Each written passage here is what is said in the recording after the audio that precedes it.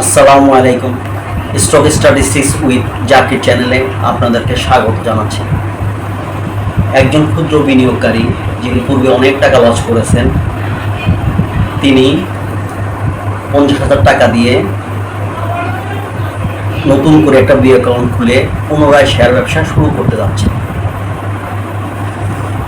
সেজন্যে উনি আমাকে কিছু প্রশ্ন করেছেন। তার ভিতরে যেটা অন্যতম সেটা হলো যে উনি যেহেতু পুরনো বিনিয়োগকারী, উনি জানে কেমন করে করতে হয়। উনি প্রশ্ন করেছেন উনি এখন 50,000 টাকা দিয়ে কিছু স্টক কিনবে, সেই স্টকগুলির নাম জানতে চেয়েছেন এবং উনি চাচ্ছেন আগে যেহেতু করেছেন, এখন উনি ওনার ক্যাপিটালটাকে অল্প অল্প করে বাড়াতে যাচ্ছেন এবং ব্যবসায় প্রফিট করতে চাচ্ছেন। তিনি আরও জানতে চেয়েছেন আমি যে সকল স্টকের নাম বলবো সেগুলি কী কারণে কিনবো তার যৌক্তিক ব্যাখ্যাও দিতে বলেছেন। আমি সর্বপ্রথম ধন্যবাদ জানাচ্ছি সেই সম্মানিত বিনিয়োগকারীকে তার সুন্দর এবং যুগোপযোগী একটা প্রশ্নের জন্য।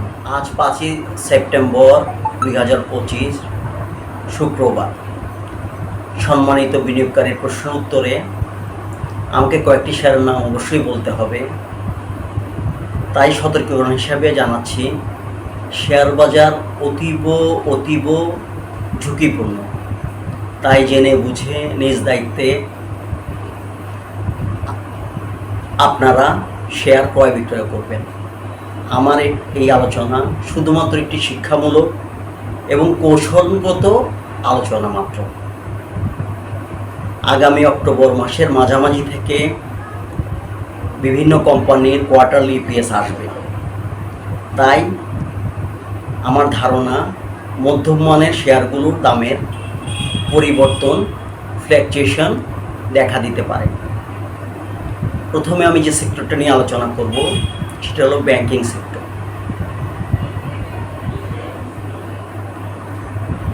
আমি যেহেতু মধ্যমানের শেয়ার নিয়ে আলোচনা করব, আমি এখানে এনসিসি ব্যাংক,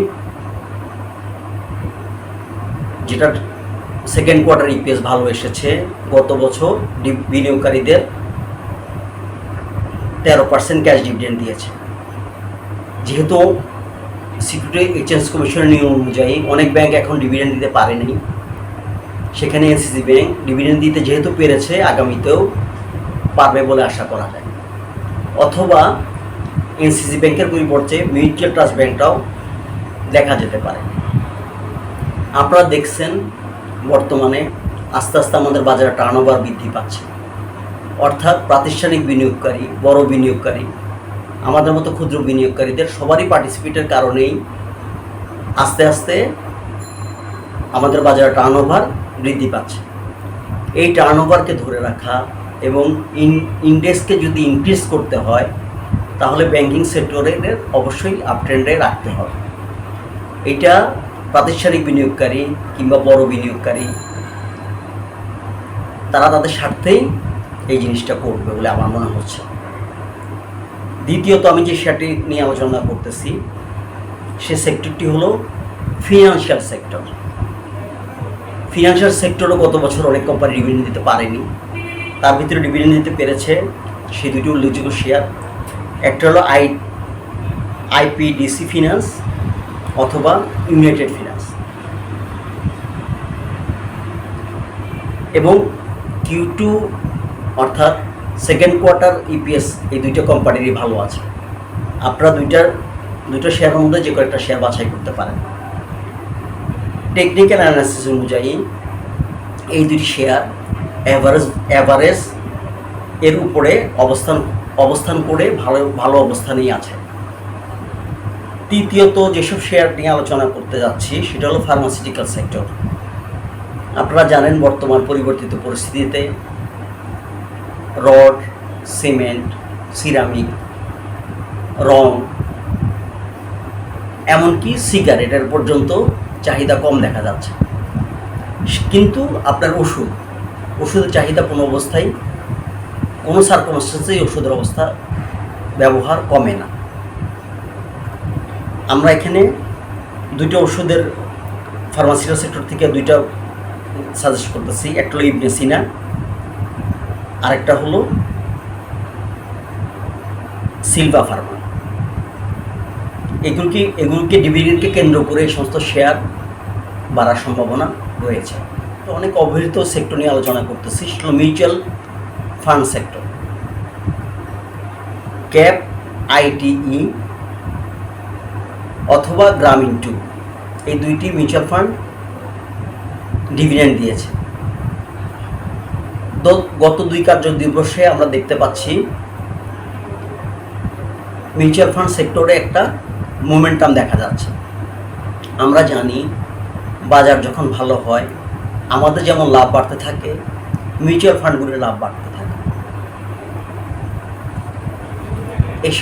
এইসব যে দুটো মিউচুয়াল ফান্ড নাম উল্লেখ করলাম, এই দুইটা মিউচুয়াল ফান্ড আমাদের বাজারের মিউচুয়াল ফান্ডগুলির মধ্যে অন্যতম ভালো ইউনিট।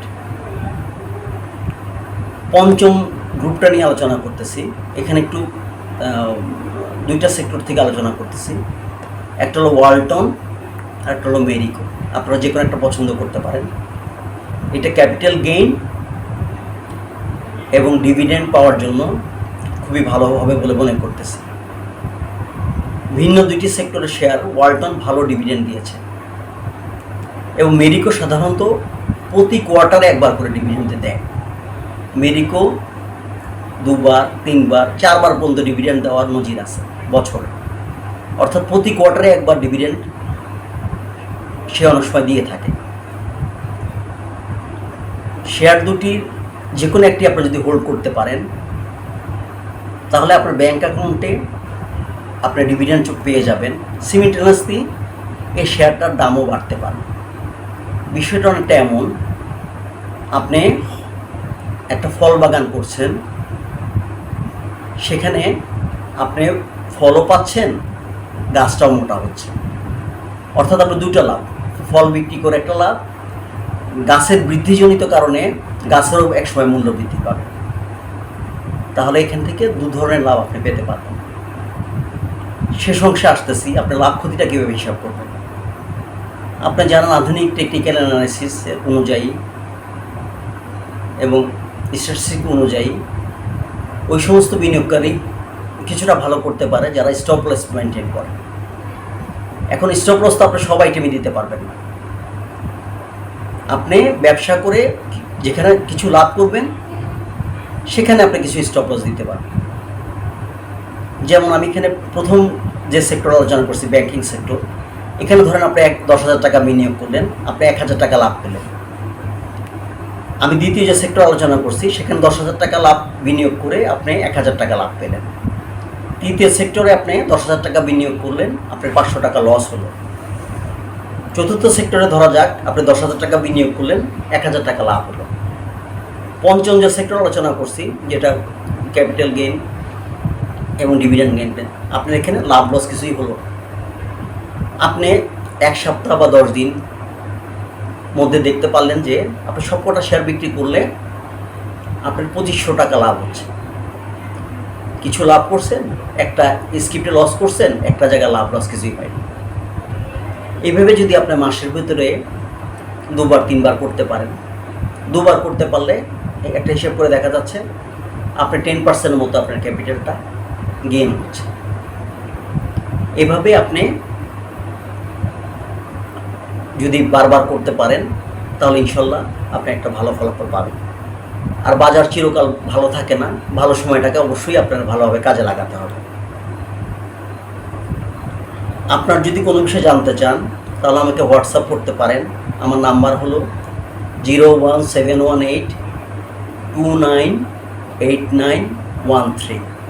আমাকে শুধুমাত্র সকালে 7টা থেকে 8টা পর্যন্ত আমাকে পাবেন। ধন্যবাদ।